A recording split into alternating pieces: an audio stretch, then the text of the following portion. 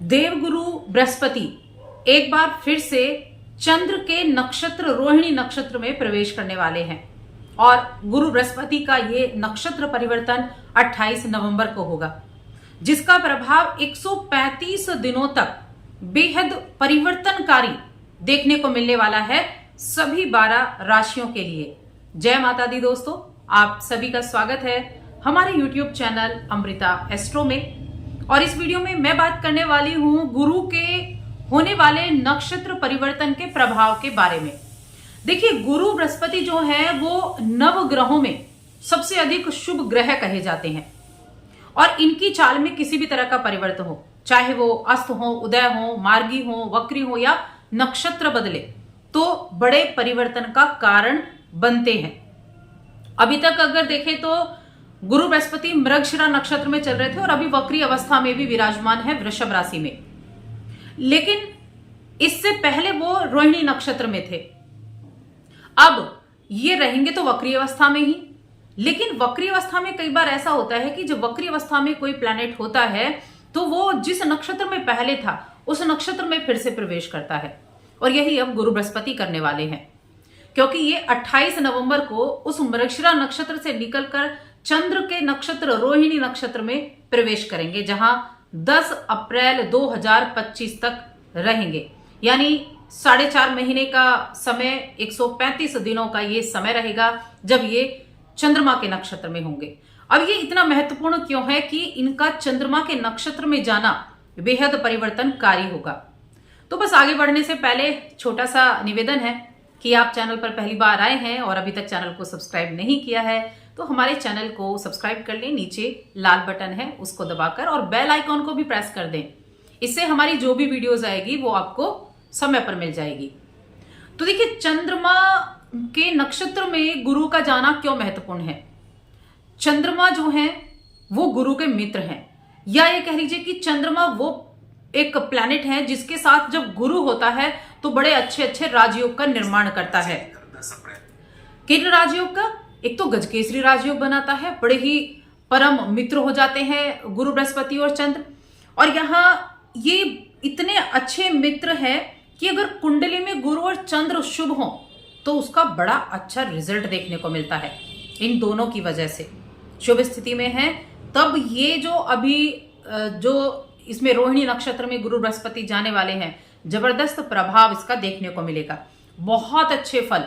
और इसकी एक और चीज है कि जिन राशि वाले लोगों के लिए, यानी कि जिन लोगों के जीवन में चंद्र की या फिर गुरु की, या कह लीजिए गुरु की महादशा, अंतरदशा, प्रत्यंतर दशा ये चल रही होगी, उनके लिए विशेष रूप से ये परिवर्तनकारी रहने वाला है, बहुत ही ज्यादा बलशाली।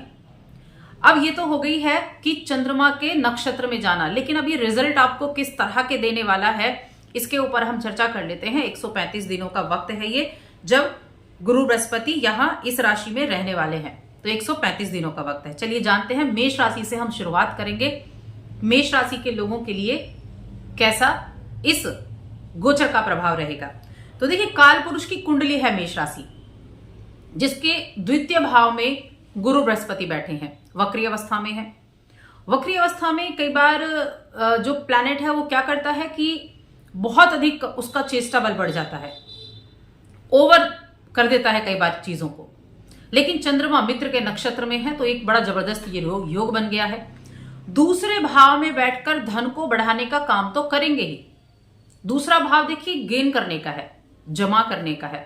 जैसे होता है ना 11वां भाव होता है लाभ का, लेकिन जो दूसरा भाव है वहां अपने धन को एकत्रित किया, धन का भाव है, तो धन को बढ़ाने का कार्य करेंगे। अच्छे रिजल्ट आपको इस समय मेष राशि के जातकों को मिलते हुए दिखाई दे रहे हैं, क्योंकि ये आपके भाग्य के स्वामी हैं, ये आपके 12वें घर के भी स्वामी है मेष राशि के लोगों के लिए।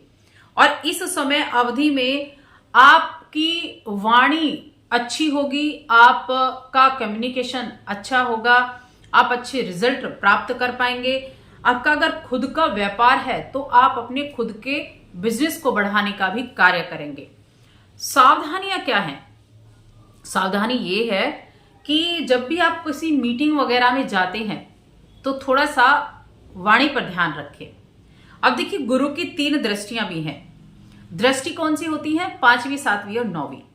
तो गुरु की दृष्टि यहां अगर देखा जाए तो आपकी 5वीं कहां पड़ रही है? 1 2 3 4 5 छठे घर पर पड़ रही है, अष्टम पर पड़ रही है और आपके 10वीं पर। तो करियर के लिए आप बड़े ज्यादा अपने अपने आप में बहुत अधिक सोचने वाले कि हाँ, आपको अपने काम से जुड़ना है, मेहनती होंगे, काम करने वाले होंगे, चंद्रमा के नक्षत्र में है, हर एक चीज पर पूरा फोकस बनाकर चलेंगे, अच्छे रिजल्ट पाने के लिए हर संभव प्रयास करने वाले हैं इस युति के कारण। तो बहुत अच्छा वक्त मैं कहूंगी आपके लिए, क्योंकि चंद्र के नक्षत्र में जाना, और अगर आपकी गुरु की महादशा चल रही हो, अंतरदशा चल रही हो, प्रत्यंतर दशा चल रही हो, जन्म पत्रिका में गुरु अच्छी पोजीशन पर बैठा हो और चंद्रमा भी, तो मैं कहूंगी राजयोग के बराबर ही आपको रिजल्ट देने वाला होगा। हर एक चीज में धन में वृद्धि करने वाला। धन के कारक भी गुरु बृहस्पति होते हैं, संतान के कारक हैं, विवाह के कारक हैं स्त्री के लिए। तो इन सभी चीजों में आपको बढ़त देखने को मिलने वाली है मेष राशि के जातकों के लिए। स्वास्थ्य है वो आपका अच्छा रहेगा, स्वास्थ्य संबंधी ऐसी कोई प्रॉब्लम आपको देखने को नहीं मिलेगी, और मन में बहुत सारी जिज्ञासा रहेगी चीजों को जानने की। अपनी उस जिज्ञासाओं को भी आप शांत करते हुए दिखाई देंगे। अब बात करते हैं दूसरी राशि वृषभ राशि की। तो देखिए, वृषभ राशि की तो लग्न में ही गुरु बृहस्पति बैठे हुए हैं वृषभ राशि की, और ये जो वृषभ राशि के स्वामी होते हैं वो दैत्य गुरु शुक्राचार्य होते हैं। हालांकि ये इनके मित्र नहीं है, शत्रु हैं, लेकिन दोनों गुरु हैं, एक दैत्य गुरु, एक देव गुरु। तो कहीं ना कहीं एक आपसी सहमति बन जाती है। तो उनकी तो लग्न में ही बैठे हुए हैं, और वृषभ राशि के जातकों के लिए इस समय अवधि में बिजनेस में अच्छे लाभ आपको लाभ देखने को मिल सकते हैं वृषभ राशि के जातकों को, क्योंकि यहां वृषभ राशि के लोगों के लिए अपने काम में किसी भी तरह की जल्दबाजी बस ना करें। जल्दबाजी करना थोड़ा सा महत्वपूर्ण, थोड़ा आपको परेशान करने वाला हो सकता है, अन्यथा लाभकारी रहेगा, हर क्षेत्र में सफलता दिलाने वाला रहेगा। कमाई के नए जरिए आपके लिए इस समय अवधि में खुल सकते हैं। चंद्र की राशि में जाना, चंद्र होता है फ्लो कराता है, चंद्रमा आपके फ्लो को बढ़ाता है, और गुरु क्या धन देने वाले हैं, तो धन का फ्लो बड़ा आपका बना रहेगा। आप अपनी एक अलग पहचान बना सकते हैं अपनी मेहनत के द्वारा। आपकी कुंडली देखी जाए तो यहां अच्छे रिटर्न आपको मिल सकते हैं आपके किए गए इन्वेस्टमेंट के द्वारा। बहुत अच्छा समय आपके परिवार के साथ भी बीतने वाला है। लगन में बैठकर पंचम को भी देखेंगे, जो शिक्षा का, संतान का, प्रेम का है। लंबे समय से इच्छाएं पूरी आपकी हो सकती हैं। नवम भाव भाग्य पर भी दृष्टि होगी और सप्तम बिजनेस के भाव पर भी दृष्टि होगी। दान धर्म करते रहें, पूजा पाठ करेंगे, दान धर्म करेंगे तो बहुत अच्छे रिजल्ट आपको मिलेंगे। आर्थिक स्थिति अच्छी है, प्रेम जीवन के लिए बहुत अच्छा है, वैवाहिक जीवन अच्छा है, क्योंकि विवाह के भाव को भी देख रहे हैं तो विवाह को भी उत्तम बनाएंगे। प्रेम के भाव को देख रहे हैं तो प्रेम जीवन भी उत्तम रहेगा, और यहां आपके लिए प्रेम विवाह के चांसेस बनने वाले हैं इस आने वाले समय में। तो इस समय अवधि में प्रेम विवाह भी आपका हो सकता है। लंबे समय से जो समस्याएं चल रही थी उनमें कहीं ना कहीं आपको राहत भी देखने को मिलने वाली है। अब हम तीसरी राशि की बात करेंगे, जो कि होती है मिथुन राशि। अब मिथुन राशि के जातकों के लिए 12वें भाव में पहुंच जाते हैं गुरु बृहस्पति।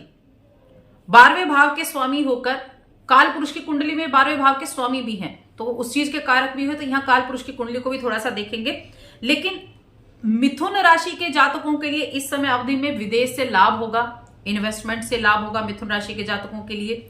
इसके अलावा अगर देखा जाए तो इस समय अवधि में आप जिन कार्यों को लेकर बड़े परेशान थे, आप अगर विदेश जाना चाह रहे थे और आपका काम बन नहीं रहा था, बड़े चक्कर लगाने पड़ रहे थे, तो वो आपके लिए अच्छे परिवर्तन देने वाला होगा। सुख सुविधाओं का लाभ देने वाला होगा। सुख सुविधाएं आपको मिलें, क्योंकि चौथे भाव पर दृष्टि होगी, जो सुख सुविधाओं का भाव है। सुख सुविधाएं आपके प्राप्त होने वाली हैं। कामकाज में आ रही रुकावटें आपकी दूर हो जाएंगी, क्योंकि एक बड़ा अच्छा संयोग बन चुका है अभी से 135 दिनों के लिए। आप एक बार जिस काम को करने की ठान लेंगे, उस काम को आप करके रहेंगे, और ये उस काम को सफलता के साथ पूरा करेंगे। बस थोड़ा ध्यान किन चीजों पर रखना है, वाणी पर थोड़ा संयम रखना है, क्योंकि वाणी आपकी चीजों को बिगाड़ सकती है। वाणी पर थोड़ा सा संयम जरूर बनाकर रखें। और खर्चे भी बढ़ते हुए दिख रहे हैं, एक तरफ पैसा आ रहा है तो खर्चे भी बढ़ रहे हैं। खर्चों को थोड़ा कंट्रोल करके चलें, क्योंकि धन में बढ़ोतरी हुई, खर्चा किया, धन आया और गया, संचित नहीं किया तो उसमें आपके लिए फिर वहां चीजें क्या रहेंगी, कि कुछ बचा ही नहीं, कुछ मिला ही नहीं। तो ऐसी स्थिति में थोड़ा सा बचत की तरफ भी आपको ध्यान देना है। संबंधों में भी सुधार करने के लिए ये समय अच्छा रहेगा। संबंधों में सुधार भी होता दिखाई देगा, मान सम्मान में बढ़ोतरी भी होती हुई दिखाई देगी। चलिए कर्क राशि की बात कर लेते हैं। कर्क राशि के जातकों के लिए तो देखिए, कर्क राशि के जातकों के लिए अगर देखा जाए तो रोहिणी नक्षत्र में जाना, ये चंद्रमा की राशि है। 11वें भाव में बैठे हुए हैं गुरु बृहस्पति, चंद्रमा की राशि है और आपके ही जो स्वामी है उसके नक्षत्र में गुरु बृहस्पति गए हैं। इस समय अवधि में ये बहुत लाभकारी आपके लिए साबित होगा, बहुत उत्तम रहेगा। और नवम भाव के स्वामी भी हैं। नवम भाव के स्वामी एकादश भाव में, भाग्य के द्वारा लाभ की उम्मीदें, इच्छाओं को पूरा करने के लिए भाग्य भी आपकी कोशिश करेगा, एफर्ट भी आपके होंगे, कोशिश भाग्य भी आपकी करने वाला है। लंबे समय से जो इच्छाएं पेंडिंग चल रही थी, इच्छाएं पूरी करना चाह रहे थे, नहीं हो पा रहे थे, तो वो इच्छाएं आपकी पूरी हो सकती हैं। इसके साथ ही आप अच्छी शिक्षा ग्रहण करने में भी कामयाबी हासिल कर सकते हैं। आपकी जो आमदनी है उसमें भी आपको तेजी देखने को मिलेगी। आपकी आमदनी अच्छी बढ़ने वाली है। आपका जो फ्रेंड सर्कल है वो बहुत अच्छा होगा। देखिए यहां एक चीज और है, अगर आप अपने फ्रेंड सर्कल की गिनती पर ध्यान ना देकर इस चीज पर ध्यान दें कि कितने लोग आपके लिए अच्छे हैं, उस चीज पर ध्यान दें कि जो फ्रेंड हो वो काम के हों, ऐसे ना हो जो आपको गलत चीजों के लिए उकसाते हों। वो आपके लिए हितकर साबित होंगे। आपके आसपास के लोगों का वातावरण आपके लिए अच्छा रहेगा। अपने आसपास के लोगों को, अच्छे लोगों में बैठें, अच्छे बातें देखें, तो अच्छे लाभ आपको देखने के लिए मिलेंगे, क्योंकि 11वें भाव में है। अच्छी बातों के साथ जितना जुड़ेंगे उतना ज्यादा प्रॉफिट होगा। शिक्षा अच्छी रहेगी, पंचम पर दृष्टि है, शिक्षा के लिए अच्छा है, प्रेम जीवन के लिए भी अच्छा है। नौकरी में वेतन में वृद्धि का संकेत भी आपके लिए मिलता हुआ दिखाई दे रहा है। अपने पार्टनर के साथ आपके रिश्ते भी अच्छे मिलते हुए दिखाई दे रहे हैं, क्योंकि पंचम पर और सप्तम पर दोनों पर दृष्टि है। प्रेम विवाह के भी योग बनेंगे। यहां भाई बहनों के साथ भी मधुरता बनी रहेगी। इसके साथ ही आपका स्वास्थ्य भी अच्छा रहना है, क्योंकि तृतीय भाव पर दृष्टि होगी जो कि भाई बहनों का भाव है। तो कर्क राशि के जातकों के लिए सबसे ज्यादा शुभ रहेगा। और अगर आप अपनी जन्म पत्रिका में देखें कि महादशा, अंतरदशा, प्रत्यंतर दशा में कहीं गुरु तो नहीं है और अच्छी पोजीशन पर भी बैठे हैं, तो इन सभी चीजों में जबरदस्त लाभ आपको देखने को मिलेगा। चलिए बात कर लेते हैं सिंह राशि की। सिंह राशि के जातकों के लिए जो चंद्रमा होते हैं वो मित्र होते हैं, क्योंकि सूर्य को राजा और चंद्र को रानी कहा गया है, जिसके नक्षत्र में गुरु गए हैं। अब रोहिणी नक्षत्र में प्रवेश करना इस समय आपको विशेष लाभ की प्राप्ति कराने वाला ये होने वाला है। सिंह राशि के लोगों के लिए जो जातक नई नौकरी की तलाश कर रहे थे, उनकी वो तलाश पूरी हो सकती है। सफलता मिलती दिख रही है। वेतन में वृद्धि के योग बन रहे हैं। जो लोग नया व्यापार शुरू करना चाहते थे, सोच रहे थे व्यापार शुरू करने के बारे में, अगर चंद्रमा की पोजीशन जन्म पत्रिका में अच्छी है तो वो आपके नए काम की शुरुआत भी करा सकते हैं। विदेश में नौकरी की चाह अगर रखते हैं तो लाभ मिलने वाला है। विदेशों में व्यापार कर रहे हैं, विदेश से जुड़ा हुआ कोई कार्य कर रहे हैं, एक्सपोर्ट इंपोर्ट का कर रहे हैं, खूब मुनाफा मिलने वाला है। समाज में मान सम्मान में भी वृद्धि होती हुई यहां आपके लिए दिखाई दे रही है। लंबे समय से जो काम रुके हुए थे, उन कामों में भी तेजी देखने को आपको मिलने वाली है। अब अपने करियर के प्रति जितना अधिक समर्पित रहेंगे, जितना महत्व आप देंगे, उतना ज्यादा प्रॉफिट आप पा सकते हैं। अब कहेंगे ये तो जरूरी है, ये तो है ही कि जितना महत्व देंगे, लेकिन आलस नहीं करना है।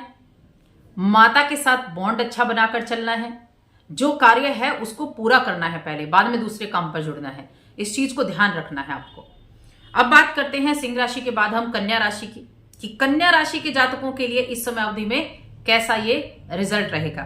तो देखिए, कन्या राशि बुध की राशि है और आपके लिए जो ये गुरु का गोचर होगा, ये भाग्य को बढ़ाने वाला होगा। कन्या राशि के जातकों के लिए नए एफर्ट को दिलाने वाला होगा, क्योंकि कहीं ना कहीं जो ये गोचर है, ये अचानक से क्या करेगा, धार्मिक यात्राएं भी करा सकता है। धर्म कर्म से जुड़ी यात्राएं भी आपको इस समय अवधि में देखने को मिलने वाली हैं। इसके अलावा और चीजें क्या रहेंगी? और चीजें यहां ये रहेंगी कि आपके मान सम्मान में वृद्धि होती हुई दिखाई देगी। किसी भी तरह का कोई ऐसी चीजों से आपको दूरी बनाकर रखनी है कि कहीं विवादित स्थिति चल रही है तो उससे दूरी बनाकर रखनी है कन्या राशि के जातकों के लिए। एफर्ट जो करेंगे उसमें अच्छे रिजल्ट आप प्राप्त कर सकते हैं। आपका जो गुप्त चीजों की तरफ आपका रुझान रहने वाला है इस समय अवधि में, काफी ज्यादा आप उस चीज को सोचने विचारने वाले होंगे। अगर आपने अपने काम को सीधे तरीके से किया तो वो आपको प्रॉफिट देकर जाएगा, और अगर आपने उसमें कोई शॉर्टकट अपनाने की कोशिश की तो वो नेगेटिव रिजल्ट भी दे सकता है। तो इस चीज का ध्यान रखें, इस चीज का खास तौर से ध्यान रखना होगा।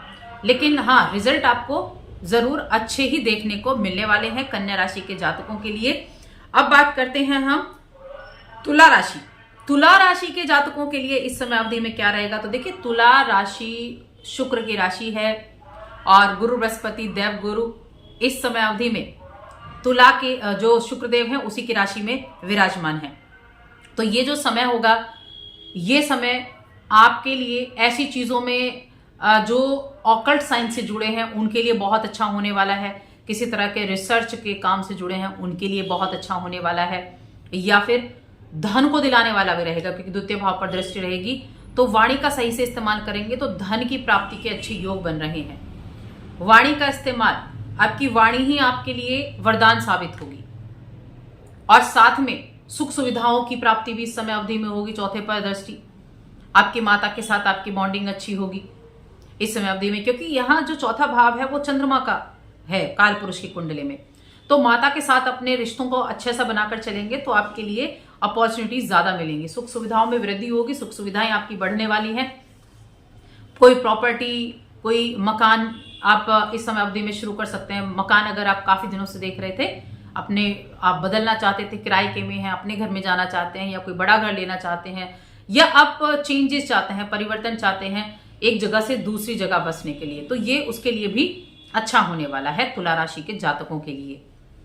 अब सावधानी इसमें क्या रखनी है, अगर कोई भी हेल्थ इश्यू होता है तो सावधानी रखें, उसको अवॉइड ना करें क्योंकि उसको इग्नोर करना आपके लिए भारी पड़ सकता है। तो इसीलिए उस चीज को आपको अवॉइड जरूर करना होगा। लेकिन यहां लाभ भी आपको मिलते हुए दिखाई दे रहे हैं, लाभ की उम्मीदें भी रहेंगी, विदेश से लाभ की उम्मीदें भी आपके लिए बनती हुई दिखाई दे रही हैं। अब यहां आ जाते हैं हम वृश्चिक राशि पे। वृश्चिक राशि मंगल की राशि, गुरु का रोहिणी नक्षत्र में जाना आपकी कुंडली के लिए बड़ा लाभकारी दिख रहा है, क्योंकि सप्तम में आपके भ्रमण कर रहे हैं। सप्तम भाव गुरु विवाह के कारक है, विवाह का भाव होता है, और यहां धन के कारक भी होते हैं। लगन पर सीधी दृष्टि डाल रहे हैं, खूब लाभ मिलने वाला है, अपने ऊपर ध्यान देने वाले हैं आप। आपका मन एकदम ऐसा होगा कि पूजा पाठ करने वाला भी, सात्विक सोचने वाला भी, मदद करने वाला लोगों की, और साथ में इस समय अवधि में जो आपकी परेशानियां जीवन में चल रही थी वो भी दूर होती हुई दिखाई देंगी। साथ ही व्यापार में चल रही समस्याएं दूर होंगी, क्योंकि सप्तम भाव व्यापार का भाव भी है। समस्याएं समाप्त होंगी, कोई नई दिशा आपको मिल सकती है, कोई नया कार्य करने के बारे में आप सोच विचार कर सकते हैं। बिजनेस में अच्छी तरक्की आपको देखने को मिल सकती है, और अचानक से धन लाभ के योग भी बनने वाले हैं, क्योंकि सप्तम से दृष्टि कहाँ जाएगी, 7, 8, 9, 10, 11 लाभ की प्राप्ति, धन लाभ के योग आपके लिए बन रहे हैं। खूब लाभ मिलने वाला है, प्रमोशन में, सैलरी में वृद्धि होने वाली है, साहस बढ़ेगा, पराक्रम बढ़ेगा, वृद्धि देखने को मिलेगी। और इस समय अवधि में जितना अधिक सात्विक भोजन करेंगे, जितना अधिक सात्विक रहेंगे, उतना ज्यादा अच्छा आपके लिए रहने वाला है। धर्म कर्म के कामों से भी आप इस समय जुड़ने वाले हैं। तो ये जो वृश्चिक राशि के जातकों के लिए मैं कहूंगी बहुत अच्छा ये समय रहने वाला है, बहुत अच्छे रिजल्ट देने वाला है आपके लिए। किसी भी अगर गुरु या चंद्रमा कोई भी महादशा चल रही है तो जबरदस्त लाभ आपको देखने को मिलेंगे वृश्चिक राशि के लोगों के लिए। धनु राशि की बात कर लेते हैं, जो कि गुरु की ही राशि है। अब गुरु के इस नक्षत्र का जो परिवर्तन है धनु राशि के लोगों के लिए फाइनेंशियल कंडीशन को दूर करने वाला होगा।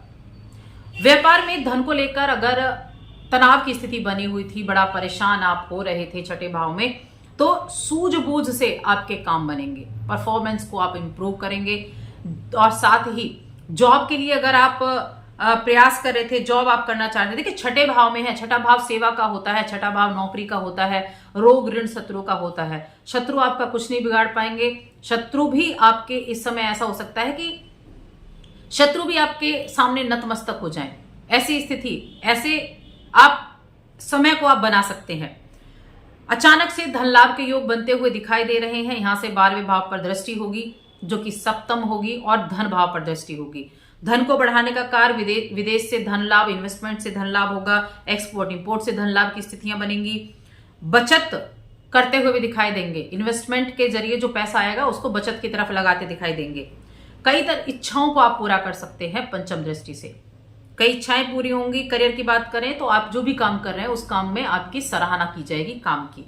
इसके साथ ही इनकम, अगर आप इनकम के सोर्सेज जनरेट करना चाहते हैं कि आप कहीं से छोटे मोटे इनकम और लेते रहें, उसके लिए प्रयास करेंगे तो जरूर मिलेगा, इजाफा होगा ऐसा एक्स्ट्रा इनकम जनरेट करने के लिए। और हेल्थ की बात की जाए तो हेल्थ भी आपकी इस समय अवधि में अच्छी होने वाली है। चलिए मकर राशि की बात कर लेते हैं।